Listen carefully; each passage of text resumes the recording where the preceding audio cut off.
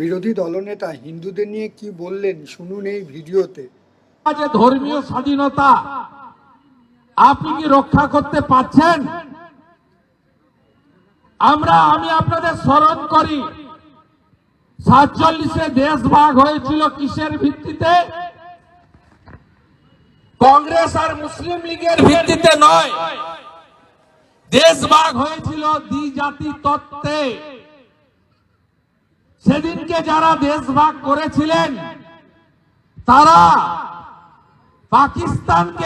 পাকিস্তানের অংশ বাংলাদেশকে হিন্দু শূন্য করেছেন, আর ভারতবর্ষে হিন্দুদের বিপজ্জনক বিপদ সংকুল জায়গায় ছেড়ে দিয়ে চলে গেছেন।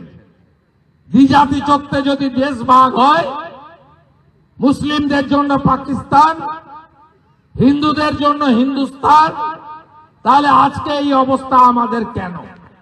একইভাবে এই যে পশ্চিমবঙ্গ প্রদেশ, এই প্রদেশ তৎকালীন পূর্ব পাকিস্তান, পরে ভারত ভুক্তি, ওপারটা আজকের বাংলাদেশ। এটাও কিভাবে আমরা পেলাম?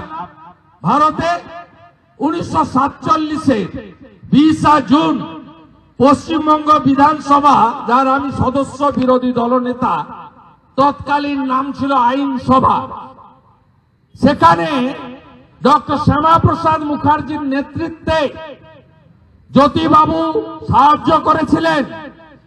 58 জন হিন্দু আইনসভার সদস্য ভারত ভুক্তির পক্ষে, আর 21 জন মুসলিম আইনসভার সদস্য পূর্ব পাকিস্তানে যাওয়ার পক্ষে ভোটদান করে গরিষ্ঠ ভোটে আমরা ভারত মুক্তি পেয়েছি।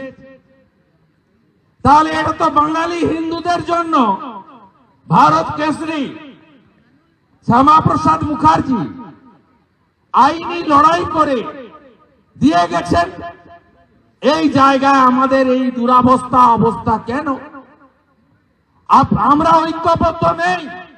চিন্ময় কৃষ্ণ প্রভুকে গ্রেফতার করেছে কেন? কারণ কি জানেন? কারণ একটাই, যে সমস্যায় পশ্চিমবঙ্গে আমরা ভুগছি, আমাদের মধ্যে বিভাজন। আমরা ব্রাহ্মণ, ক্ষত্রিয়, বৈশ্য, শূদ্র। আমরা রামকৃষ্ণ মঠ ও মিশন, ইসকন, ভারত সেবাশ্রম সংঘ, আর্য সমাজ নানাভাবে বিভক্ত। এই বিভক্ত থাকার কারণে আমরা আজকে নিপীড়িত, লাঞ্ছিত, অত্যাচারিত এবং ক্রমেই অস্তিত্ব সংকটের জন্য এগিয়ে যাচ্ছি আমরা সেই দিকে। চিন্ময় কৃষ্ণ প্রভু বাংলাদেশে 5ই আগস্টের পরে জামাত, হেফাজত এবং প্রো পাকিস্তানিদের হাতে, জঙ্গি মৌলবাদের হাতে সরকার চলে যাওয়ার পরে সেখানকার সনাতনীদের বলেছিলেন, তুমি ব্রাহ্মণ, তুমি ক্ষত্রিয়, তুমি বৈষ্ণব, তুমি বাবা লোকনাথ ব্রহ্মচারীর শিষ্য, তুমি ঠাকুর অনুকূল চন্দ্রের শিষ্য, তুমি মতুয়া, তুমি ঠাকুর হরিচাঁদ ঠাকুর, গুরুচাঁদ ঠাকুরের শিষ্য, তুমি দলিত, তুমি তিলি, তেলি, স্বর্ণকার, কুম্ভকার, মালাকার, তুমি কায়স্থ, তুমি মাহেশ্ব। ঠিক আছে, কিন্তু আলটিমেটলি তুমি সনাতনী। এসো, আমরা 2 কোটি সনাতনী আছি 17 কোটির মধ্যে, ঐক্যবদ্ধ হই, নইলে আমাদের অস্তিত্ব বিপন্ন হবে। 47-এ দেশ ভাগের সময় পূর্ব পাকিস্তানের ওই অংশে হিন্দু জনসংখ্যা ছিল 33%। 71-এ বাংলাদেশ সৃষ্টির সময় হিন্দু জনসংখ্যা হলো 22%, আর এখন হিন্দু জনসংখ্যা বাংলাদেশে 7.5। তার মধ্যে ধর্ম ছাড়ো নয় কর্ম ছাড়ো।